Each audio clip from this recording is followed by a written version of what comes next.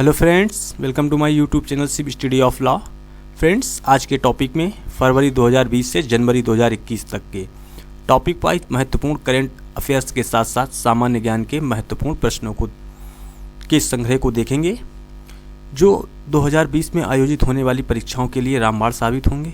बस एक रिक्वेस्ट है आप लोगों से कि आज के जो नोट्स हैं वो हैंड राइटिंग्स में हैं, सो प्लीज़ हैंड राइटिंग्स पर कमेंट ना करें और वीडियो को पूरा देखें, कोई भी पार्ट स्किप ना करें क्योंकि बहुत ही सिलेक्टेड क्वेश्चंस हैं। तो बिना विलंब के शुरू करते हैं वीडियो को। सबसे पहले देखेंगे कि वर्तमान में कौन, क्या, कहां और किस पद पर हैं। तो फर्स्ट क्वेश्चन है कि नियंत्रक एवं महालेखा परीक्षक कैग जो है गिरीश मुर्मू हैं। कैग के बारे में प्रावधान भारतीय संविधान के अनुच्छेद 148 में दिए गए हैं। तो जो वर्तमान में है गिरीश मुर्मू हैं।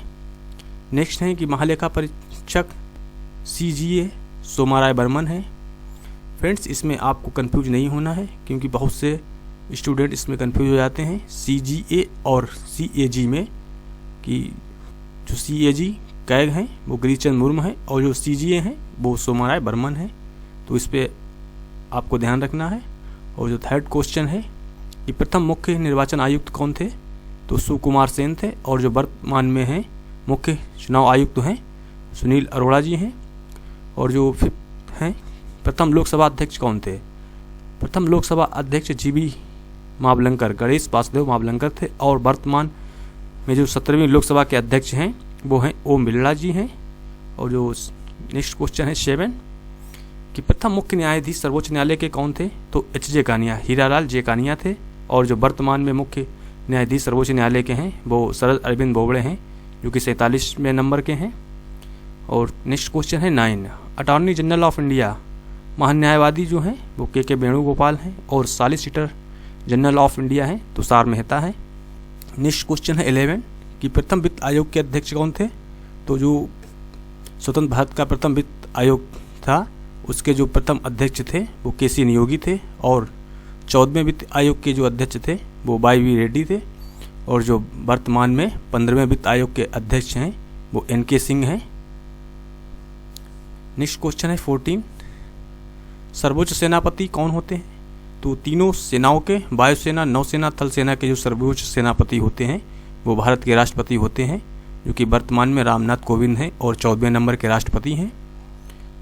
और जो वायुसेना के अध्यक्ष हैं वो air chief marshal RKS Bhadauria हैं, वो 26वें नंबर के हैं। और जो नौसेना अध्यक्ष हैं वो एडमिरल करमबीर सिंह हैं, 24वें नंबर के हैं। और जो थल सेना अध्यक्ष हैं वो जनरल मनोज मुकुंद नरवाले हैं, 28वें नंबर के हैं। नेक्स्ट क्वेश्चन है 18 नीति आयोग के अध्यक्ष, नीति आयोग के अध्यक्ष कौन होते हैं, तो प्रधानमंत्री होते हैं, जो कि वर्तमान में नरेंद्र मोदी हैं और 15वें नंबर के प्रधानमंत्री हैं। और नीति आयोग के जो उपाध्यक्ष हैं वो डॉक्टर राजीव कुमार हैं। और जो नीति आयोग के CEO हैं वो अमिताभ कांत हैं। नेक्स्ट क्वेश्चन है 21 लोक लेखा समिति के अध्यक्ष कौन हैं, तो लोक लेखा समिति के अध्यक्ष अधीर रंजन चौधरी हैं। और प्राक्कलन समिति के अध्यक्ष हैं गिरीश बापटा। और केंद्रीय प्रत्यक्ष कर बोर्ड CBDT के जो अध्यक्ष हैं वो प्रमोद चंद्र मोदी हैं, PC मोदी। और जो रेलवे बोर्ड के अध्यक्ष हैं वो विनोद कुमार यादव, BK यादव हैं। नेक्स्ट क्वेश्चन है 25 भारतीय अंतरिक्ष अनुसंधान संगठन Indian Space Research Organisation ISRO के अध्यक्ष वर्तमान में कौन है, तो K सिवन है। नेक्स्ट क्वेश्चन है 26 की रक्षा अनुसंधान एवं विकास संगठन DRDO के अध्यक्ष हैं G सतीश रेड्डी। और विश्वविद्यालय अनुदान आयोग UGC के अध्यक्ष जो हैं वर्तमान में वो धीरेन्द्र पाल सिंह हैं। नेक्स्ट क्वेश्चन है 28 भारतीय रिजर्व बैंक RBI के गवर्नर कौन है, शक्तिकांत दास हैं, 25वें नंबर के हैं। और रिजर्व बैंक ऑफ इंडिया के जो उप गवर्नर हैं वो M राजेश्वर राव महेश, 2 लोग हैं। और जो भारतीय स्टेट बैंक ऑफ इंडिया के जो अध्यक्ष हैं वो दिनेश कुमार खारा हैं। नेक्स्ट क्वेश्चन है 31 संयुक्त राष्ट्र संघ UNO के जो महासचिव हैं वर्तमान में एंटोनियो गुटेरेस हैं, जो कि पुर्तगाल के हैं। और संयुक्त राष्ट्र संघ UNO के जो उप महासचिव हैं वो अमीना मोहम्मद हैं, जो कि नाइजीरिया से हैं।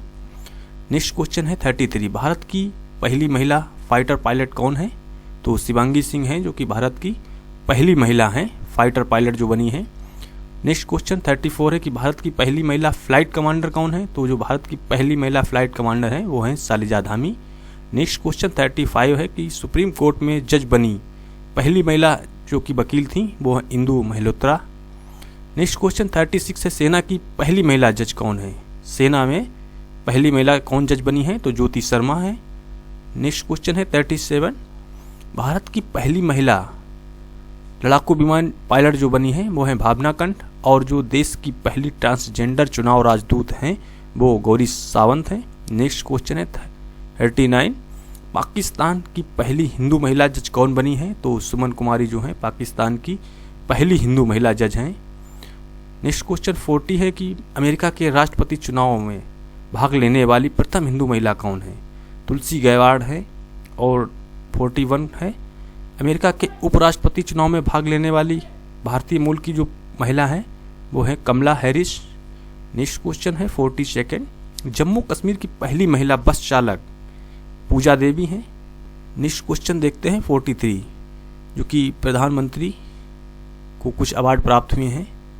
अमेरिका का जो लीजन ऑफ मेरिट अवार्ड 2020 का है, और रूस का जो सेंट एंड्रयूज दी अपोस्टल अवार्ड 2019, और UAE का जो अवार्ड है ऑर्डर ऑफ जायद अवार्ड 2019 का, और रूल ऑफ निशान इजुद्दीन अवार्ड मालदीव का, बहरीन का the King Hamad Order of the Renaissance 2019।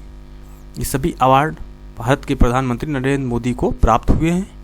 Next question है 48, 26 जनवरी 2020 71वें गणतंत्र दिवस के अतिथि कौन थे? तो 26 जनवरी 2020 के जो अतिथि थे ब्राज़ील के राष्ट्रपति जायर बोल्सोनारो थे। बहुत इंपॉर्टेंट टॉपिक है परिवर्तित नाम कि शहरों और स्थलों और अभियानों के कुछ परिवर्तित नाम हुए हैं जो कि परीक्षाओं में बहुत ज़्यादा पूछे जाते हैं। तो कुछ इम्पॉर्टेंट शहरों स्थलों के नामों को देखेंगे। तो सबसे पहले शहरों के नामों को देखते हैं। अहमदाबाद का जो नया नाम है वो है कर्णावती हुआ है, और शिमला का नया नाम श्यामला हो गया है। इलाहाबाद का प्रयागराज हो गया है। फैजाबाद का अयोध्या, और गुड़गांव का जो है नया नाम गुरुग्राम है। अलीगढ़ का हरिगढ़ हो गया है। नया रायपुर का अटल नगर, और हजरतगंज चौराहा है जो कि लखनऊ में है उसको अटल चौक का नाम दिया गया है। और बुंदेलखंड एक्सप्रेस वे को अटल पथ के नाम से जाना जाएगा। कुछ द्वीपों के नाम हैं उनको देख लेते हैं, जैसे कि व्हीलर द्वीप है जो उसको APJ अब्दुल कलाम द्वीप के नाम से जाना जाएगा। हैवलॉक द्वीप उसका जो नया नाम है स्वराज द्वीप है। और नील द्वीप का जो नया नाम है शहीद द्वीप है। और रास द्वीप को नेताजी सुभाष चंद्र बोस द्वीप के नाम से जाना जाएगा। बोगी बिल जो पुल है उसको अटल सेतु नाम दिया गया है। कांडला बंदरगाह का जो नया नाम है दीनदयाल बंदरगाह। रोहतांग सुरंग का नया नाम अटल सुरंग। साबरमती घाट का नया नाम अटल घाट। महाजेरहाट ब्रिज जो कि कोलकाता में है उसका जो नया नाम है जय हिंद। कुछ इंपॉर्टेंट क्वेश्चन रेलवे स्टेशनों के परिवर्तित नाम के देख लेते हैं। जैसे हबीबगंज रेलवे स्टेशन का जो नया नाम है अटल बिहारी वाजपेयी रेलवे स्टेशन हो गया है। और मुगलसराय रेलवे स्टेशन का परिवर्तित नाम है Pandit Deendayal Upadhyay railway station. Hubli railway station का नया नाम है श्री सिद्धरूधा स्वामी रेलवे स्टेशन हुबली। और नौगढ़ रेलवे स्टेशन जो कि उत्तर प्रदेश में है इसका नया नाम है सिद्धार्थनगर रेलवे स्टेशन। और दांदूपुर रेलवे स्टेशन उत्तर प्रदेश में है जो कि उसका जो नया नाम है माँ बारहा देवी धाम। और जो मंडुलाडीह रेलवे स्टेशन है उत्तर प्रदेश में है इसका नया नाम है बनारस जंक्शन। और प्रगति मैदान मेट्रो स्टेशन का नाम बदलकर सुप्रीम कोर्ट मेट्रो स्टेशन हो गया है। कुछ हवाई अड्डों के नाम देख लेते हैं जो कि परिवर्तित हो गए हैं। जैसे अगरतला हवाई अड्डा था इसका जो नया नाम है महाराजा वीर विक्रम सिंह हवाई अड्डा हो गया है। और गोरखपुर हवाई अड्डा का नाम बदलकर महायोगी गोरखनाथ हवाई अड्डा कर दिया गया है। झारसुगुडा हवाई अड्डा का नाम बदलकर वीर सुरेंद्र साईं हवाई अड्डा हो गया है। अयोध्या हवाई अड्डा का नाम बदलकर मर्यादा पुरुषोत्तम श्री राम हवाई अड्डा कर दिया गया है। अन्य महत्वपूर्ण परिवर्तित नाम जैसे कि फिरोज शाह कोटला स्टेडियम है इसको अरुण जेटली स्टेडियम के नाम से जाना जाएगा। रेलवे सुरक्षा बल का जो परिवर्तित नाम है भारतीय रेलवे सुरक्षा बल सेवा है। और स्वच्छ भारत का जो परिवर्तित नाम है अब सुंदर भारत कर दिया गया है। कोविड-19 से महत्वपूर्ण प्रश्नों को देख लेते हैं। कोरोना वायरस की पुष्टि सबसे पहले दिसंबर 2019 के मध्य चीन के हुबली प्रांत की राजधानी वुहान से हुई थी और WHO ने कोरोना वायरस से होने वाली बीमारी का जो आधिकारिक नाम रखा था वो कोविड-19 कोरोना वायरस डिसीज रखा है। नेक्स्ट क्वेश्चन 96 है कि 11 मार्च 2020 को WHO ने कोविड-19 को वैश्विक महामारी घोषित किया। नेक्स्ट है लक्षद्वीप एकमात्र ऐसा देश है कि जहां कोविड-19 का कोई भी मामला नहीं आया। नेक्स्ट है 98 भारत ने कोविड-19 के खिलाफ लड़ने के लिए महामारी रोग अधिनियम 1897 लागू किया था। नेक्स्ट क्वेश्चन 99 प्रधानमंत्री नरेंद्र मोदी ने जनता कर्फ्यू लगाने की अपील 22 मार्च 2020 को की थी। नेक्स्ट है 100 कोरोना वायरस के कारण संपूर्ण भारत में 23 मार्च 2020 को प्रथम बार लॉकडाउन लगाया गया और कर्नाटक ने 18 जून 2020 को मास्क दिवस मनाया। नेक्स्ट है कोविड-19 से संक्रमित होने वाले पहले प्रधानमंत्री थे बोरिस जॉनसन। और नेक्स्ट है कि कोरोना के वैक्सीन का पहला मानव ट्रायल अमेरिका में शुरू हुआ। नेक्स्ट क्वेश्चन कोरोना का टीका विकसित करने का दावा करने वाला पहला देश है रूस। नेक्स्ट क्वेश्चन है 150। नेक्स्ट क्वेश्चन है 105 कोविड-19 से मुक्त होने वाला पहला यूरोपीय देश स्लोवेनिया बना है। नेक्स्ट टॉपिक में देख लेते हैं कि कुछ नई शिक्षा नीति जो 2020 है कि नई शिक्षा नीति 2020 में क्या क्या बदलाव हुए हैं शिक्षा में। राष्ट्रीय शिक्षा नीति 2020 वर्ष 1968 और 1986 के बाद स्वतंत्र भारत की तीसरी शिक्षा नीति होगी। इसमें मानव संसाधन विकास मंत्रालय का नाम बदलकर शिक्षा मंत्रालय कर दिया गया है। रमेश पोखरियाल निशंक शिक्षा मंत्री होंगे। और जो नई शिक्षा नीति के अनुसार शोध करने वाले छात्रों के लिए स्नातक डिग्री की अवधि को 3 वर्ष से बढ़ाकर 4 वर्ष कर दिया गया है।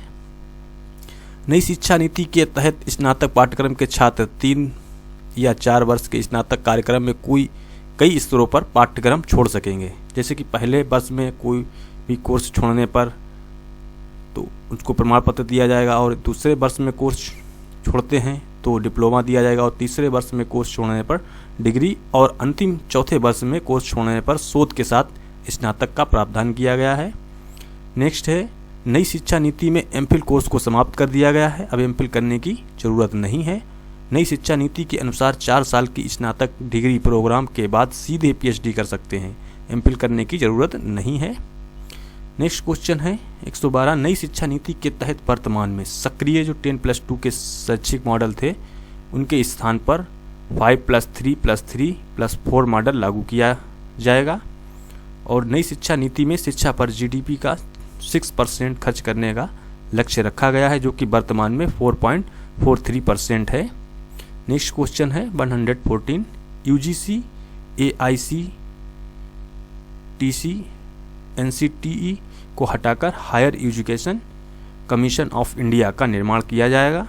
और नेक्स्ट क्वेश्चन है 115 नई शिक्षा नीति लागू करने वाला जो प्रथम राज्य है वो हिमाचल प्रदेश नई शिक्षा नीति लागू करने वाला प्रथम राज्य बन गया है।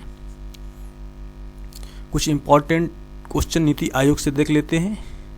नीति आयोग भारत सरकार द्वारा 1 जनवरी 2015 को गठित एक नया संस्थान है जिसे योजना आयोग के स्थान पर बनाया गया है। इस नीति आयोग से पहले योजना आयोग था, उसके स्थान पर नीति आयोग लाया गया है। 1 जनवरी 2015 से प्रभावी है।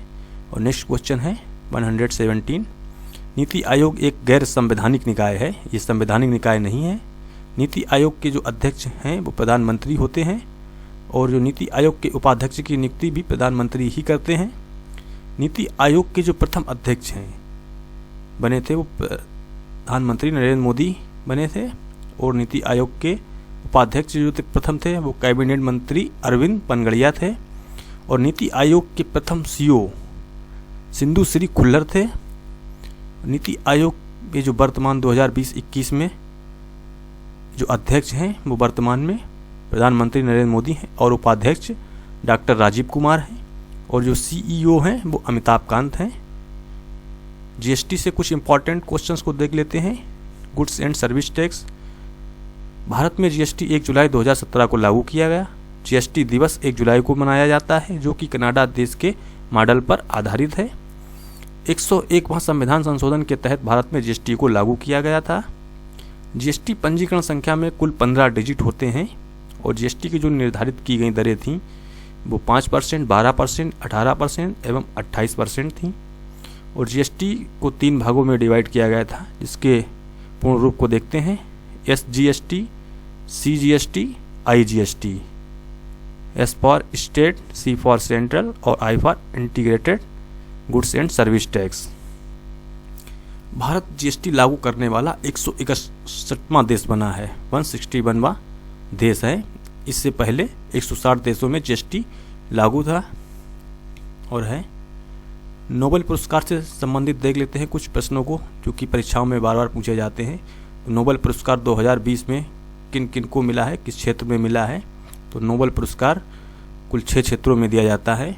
तो पहले देखते हैं कि अर्थशास्त्र के क्षेत्र में किन किन को मिला है पुरस्कार। तो पॉल आर मिलग्रोम हैं, जो कि यूएसए के हैं, और रॉबर्ट बी विल्सन, ये भी यूएसए के हैं। इनको नीलामी सिद्धांत में सुधार एवं नए तरीकों के आविष्कार के लिए अवार्ड दिया गया है। और जो साहित्य में है वो लुइस ग्लुक हैं, यूएसए के हैं, जो कि एक अमेरिकी कवयित्री हैं। इनको शानदार काव्य शैली के लिए दिया गया है। और शांति में वर्ल्ड फूड प्रोग्राम यूएसए की एजेंसी को दिया गया है, जो कि भुखमरी के खिलाफ 10 करोड़ लोगों की मदद के संबंध में दिया गया है। और जो भौतिकी के क्षेत्र में दिया गया है, इसमें 3 लोगों को दिया गया है। रोजर पेनरोज, जो कि जर्मनी की हैं, और रेनहार्ड गेंजल, जो कि यूएसए की हैं, और इंडिया होज यूएसए की हैं। इन लोगों को जो पुरस्कार दिया गया है ब्लैक होल के गठन के सिद्धांत के पूर्वानुमान हेतु दिया गया है। और रसायन के क्षेत्र में जीनोम एडिटिंग विधि विकास के लिए एमेनुअल चार्पियर, जो कि फ्रांस के हैं, और जेनिफर ए डोडना को, जो कि यूएसए की हैं, इन लोगों को दिया गया है। और चिकित्सा के क्षेत्र में माइकल ह्यूटन यूएसए के हैं, हर्वी जे ऑल्टर यूएसए के हैं, और चार्ल्स एम राइस ब्रिटेन के हैं। इनको हेपेटाइटिस सी के वायरस की खोज के लिए चिकित्सा के क्षेत्र में नोबेल पुरस्कार प्रदान किया गया है। और नोबेल पुरस्कार 2019 में देख लेते हैं कि शांति के क्षेत्र में अली अहमद अली थे, जो कि इथियोपिया के प्रधानमंत्री थे। इनको अंतर्राष्ट्रीय शांति सहयोग के लिए दिया गया था।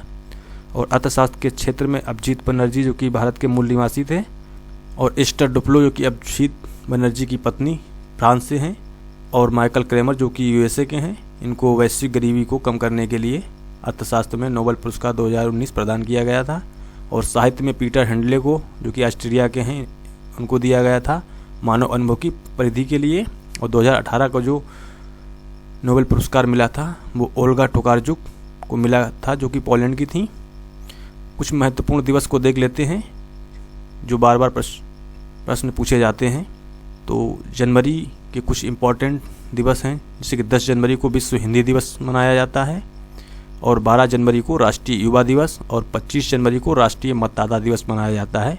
25 जनवरी राष्ट्रीय मतदाता दिवस बहुत इम्पॉर्टेंट, इसको कई बार परीक्षाओं में पूछा जा चुका है। और 26 जनवरी को गणतंत्र दिवस मनाया जाता है, जो कि भारत में मनाया जाता है। इस बार 2021 में 72वें गणतंत्र दिवस को मनाया गया।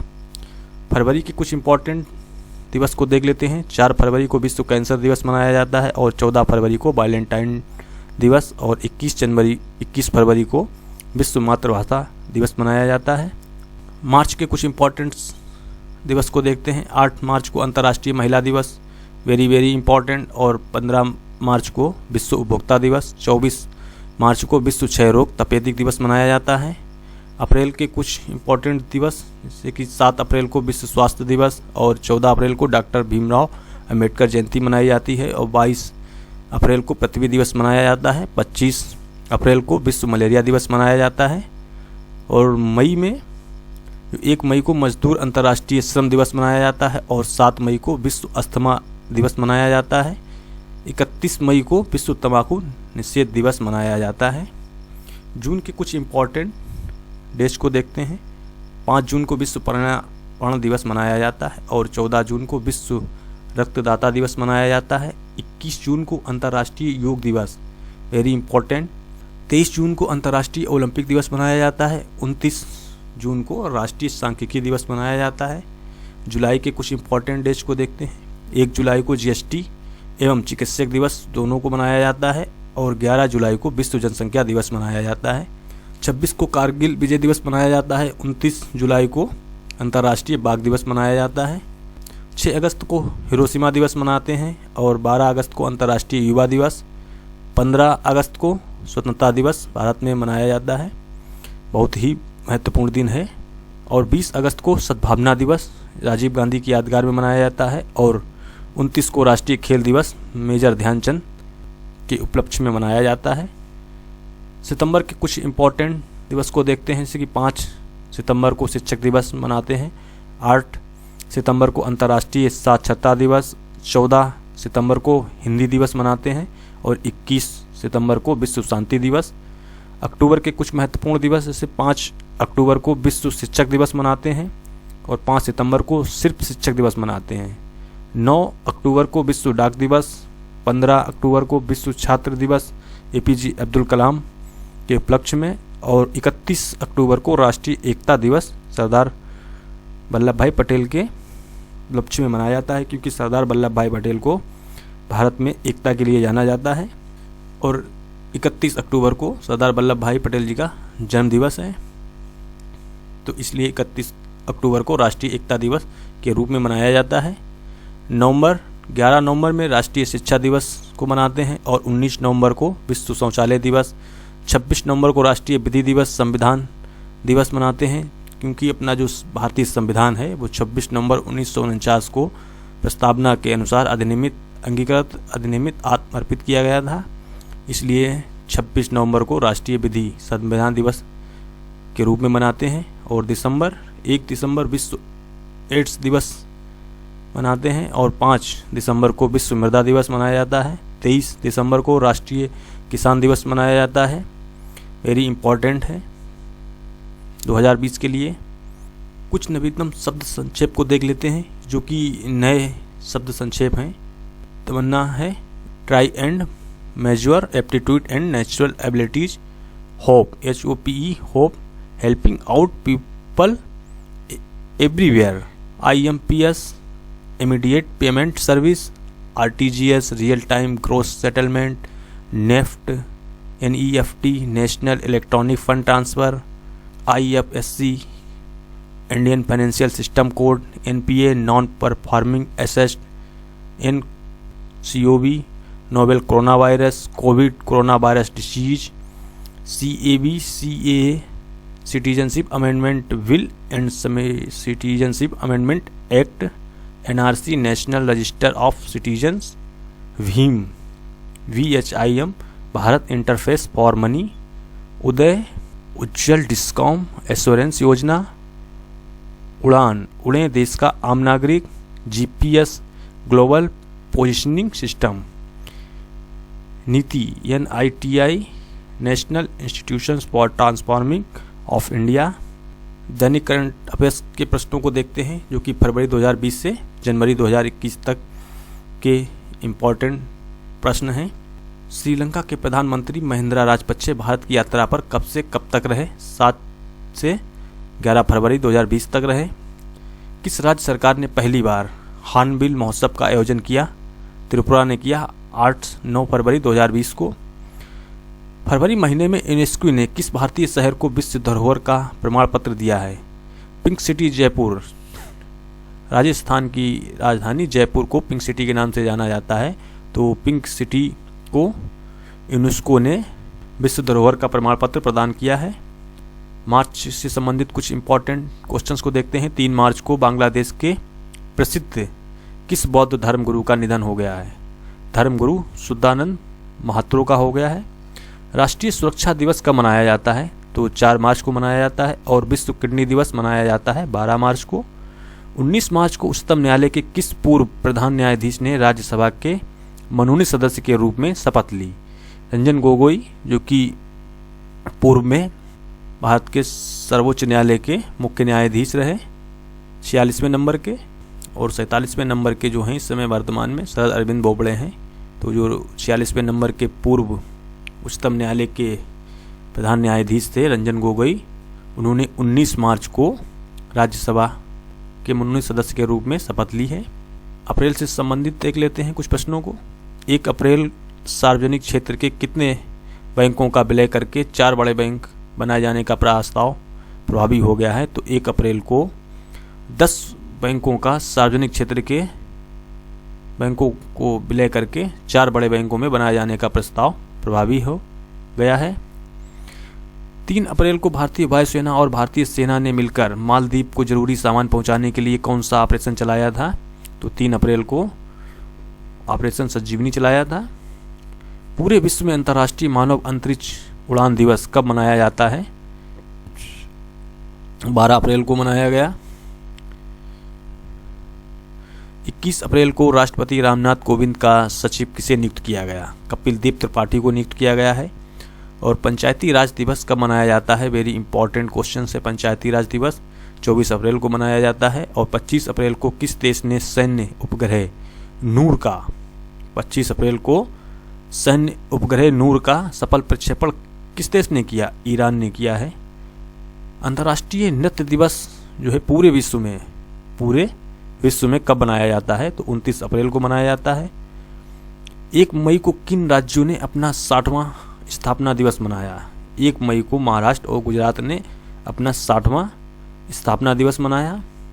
3 मई को जर्मनी ने कहा कि आतंकी संगठन हिजाबुल्लाह पर प्रतिबंध लगाया है? लेबनान का आतंकी संगठन पर जर्मनी ने 3 मई को प्रतिबंध लगा दिया है।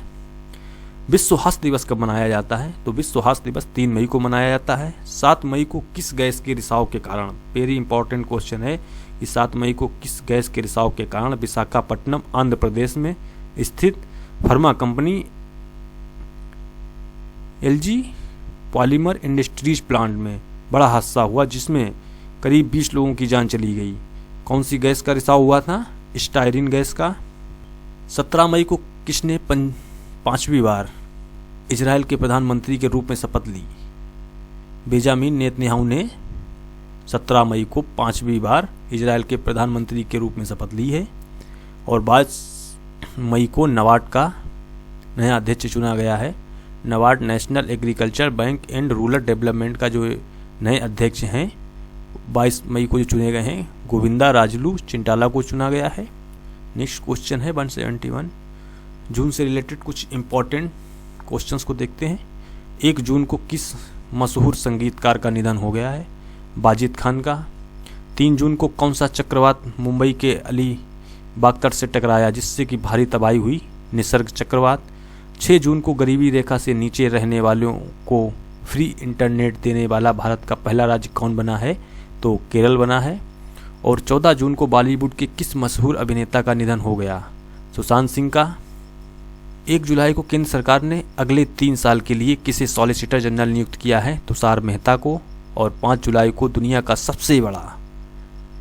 सबसे बड़ा 10,000 बेड वाला कोविड केयर सेंटर कहाँ शुरू किया गया है? तो 5 जुलाई को सबसे बड़ा कोविड केयर सेंटर दिल्ली के छतरपुर में शुरू किया गया है जो कि दुनिया का सबसे बड़ा कोविड केयर सेंटर है।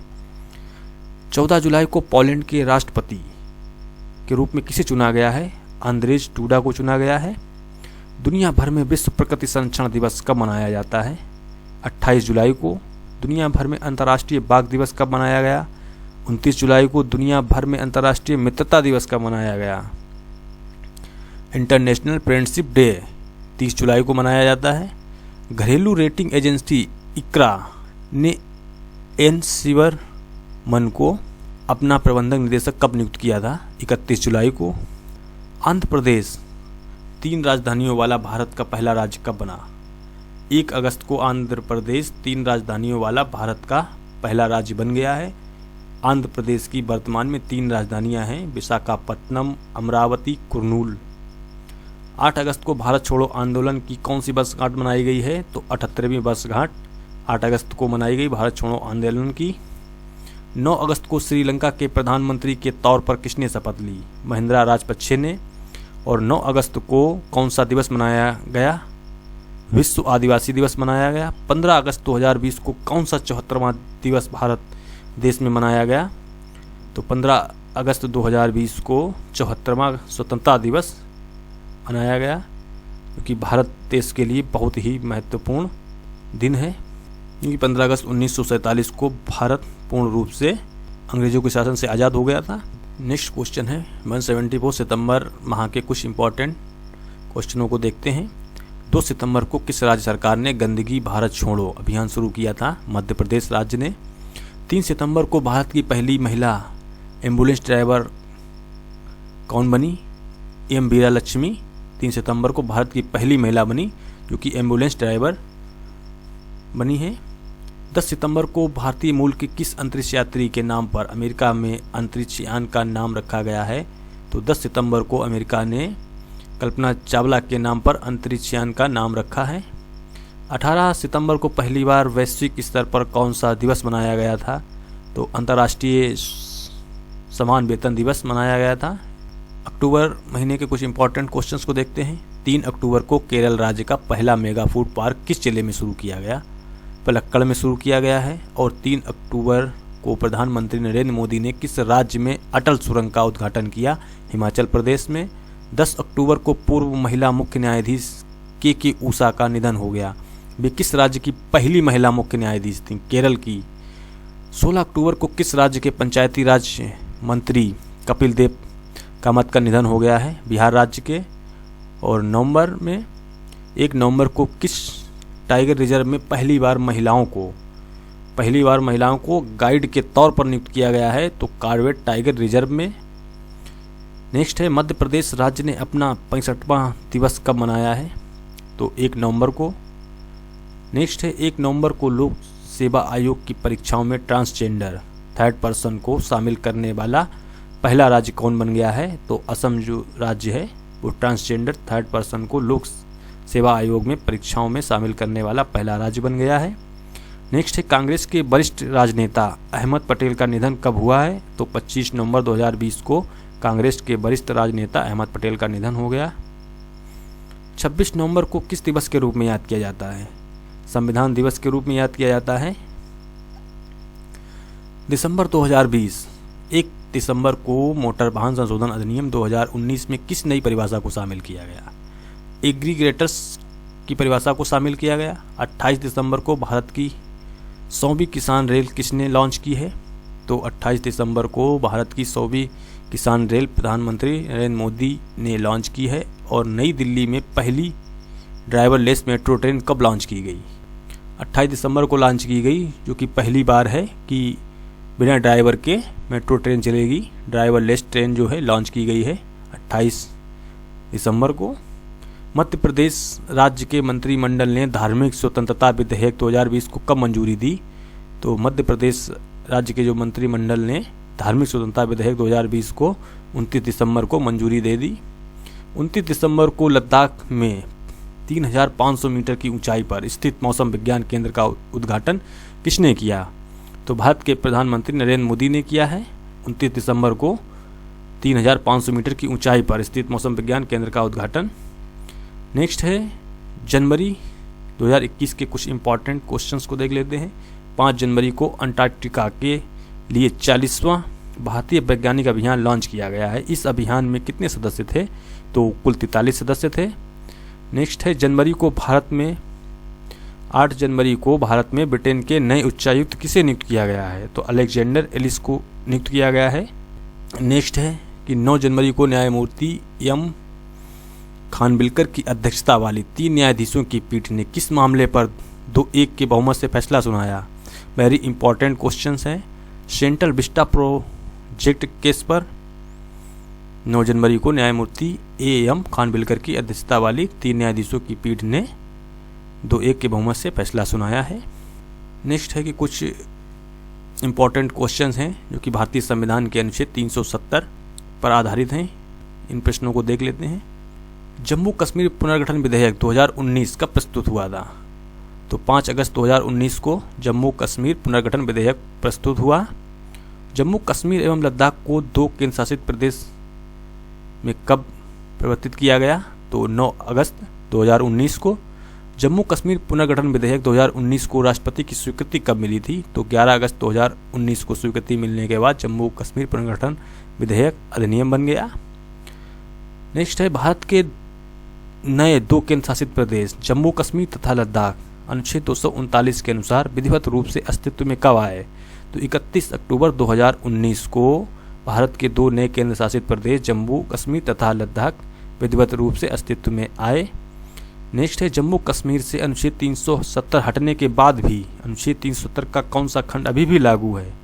तो अनुच्छेद 370 का खंड 1 अभी भी लागू है। अनुच्छेद 370 में 3 खंड थे, तो खंड 2 और 3 को हटा दिया गया है और खंड 1 अभी भी लागू है। नेक्स्ट है केंद्र शासित प्रदेश जम्मू कश्मीर के प्रथम उपराज्यपाल गिरीश चंद्र मुर्मू हैं और केंद्र शासित प्रदेश लद्दाख के प्रथम उपराज्यपाल राधाकृष्ण माथुर थे। जो वर्तमान में गिरीश चंद्र मुर्मू हैं वो भारत के नियंत्रक एवं महालेखा परीक्षक कैग के रूप में नियुक्त हैं। नेक्स्ट है 56 केंद्र शासित प्रदेश जम्मू कश्मीर के वर्तमान उपराज्यपाल मनोज सिन्हा हैं जो कि 7 अगस्त 2020 से हैं। इनसे पहले जो थे गिरीश चंद्र मुर्मू थे और गिरीश चंद्र मुर्मू नियंत्रक महालेखा परीक्षक के रूप में नियुक्त हो गए हैं। वर्तमान में केंद्र शासित प्रदेश जम्मू कश्मीर की राजधानी, तो वर्तमान में जो केंद्र शासित प्रदेश जम्मू कश्मीर की 2 राजधानियां हैं, ग्रीष्मकालीन राजधानी जो है श्रीनगर और शीतकालीन राजधानी जम्मू है। नेक्स्ट है केंद्र शासित प्रदेश लद्दाख की राजधानी लेह है। जम्मू कश्मीर पुनर्गठन विधेयक 2019 लागू होने के बाद भारत में कुल कितने राज्य और केंद्र शासित प्रदेश हैं? तो जब जम्मू कश्मीर पुनर्गठन अधिनियम लागू हुआ तो 28 राज्य और 9 केंद्र शासित प्रदेश हो गए, क्योंकि इससे पहले 29 राज्य और 7 केंद्र शासित प्रदेश थे। तो एक राज्य का दर्जा खिताब समाप्त होकर के 28 राज्य बचे और 2 नए केंद्र शासित प्रदेश बन गए, तो 9 केंद्र शासित प्रदेश हो गए। वर्तमान 2021 में भारत में कितने राज्य और केंद्र शासित प्रदेश हैं? तो वर्तमान 21 में जो है 28 राज्य और 8 केंद्र शासित प्रदेश हैं। इसकी 8 केंद्र शासित प्रदेश हैं, इसकी व्याख्या को देख लेते हैं। क्योंकि दिसंबर 2019 में भारतीय संसद में 2 केंद्र शासित प्रदेशों को, पहला दादरा एवं नगर हवेली तथा दूसरा जो था दमन एवं दीव के एकीकरण विधेयक को पारित किया गया और ये अधिनियम 26 जनवरी 2020 से प्रभावी हो गया, जिसके कारण 2 जो प्रदेश थे केंद्र शासित, दादरा एवं नगर हवेली और दमन और दीव, इनको एकीकरण कर दिया गया, तो ये 1 हो गए। इस प्रकार 1 केंद्र शासित प्रदेश कम हो गया, तो 9 से जब 1 कम हुआ तो 8 बचे। तो वर्तमान में 26 जनवरी 2020 से भारत में कुल 28 राज्य और 8 केंद्र शासित प्रदेश हैं। तो फ्रेंड्स, उम्मीद करता हूं कि आज का टॉपिक आगामी परीक्षाओं के लिए हेल्पफुल साबित होगा और इसके अलावा आपको हमारे YouTube channel Shiv Study of Law पर सामान्य ज्ञान से संबंधित महत्वपूर्ण टॉपिक के वीडियोज और टेस्ट पेपर एवं जुडिशियल एग्जाम से संबंधित लॉ के इम्पॉर्टेंट टॉपिक के वीडियोज एवं प्रीवियस ईयर्स क्वेश्चंस पेपर और टेस्ट पेपर्स की सीरीज के वीडियोज मिल जाएंगे, जिनको फॉलो करके आप अपनी तैयारी को और भी बेहतर बना सकते हैं। और यदि आप हमारे चैनल पर पहली बार आए हैं तो अपडेट रहने के लिए चैनल को सब्सक्राइब कर बेल आइकन को प्रेस कर लें और वीडियो पसंद आया है तो शेयर अवश्य कर दें, जिससे कि ज़रूरतमंद लोग वीडियो का लाभ उठा सकें। तो फ्रेंड्स, मिलते हैं आपसे नेक्स्ट टॉपिक में, तब तक के लिए bye bye and take care. जय हिंद, जय भारत।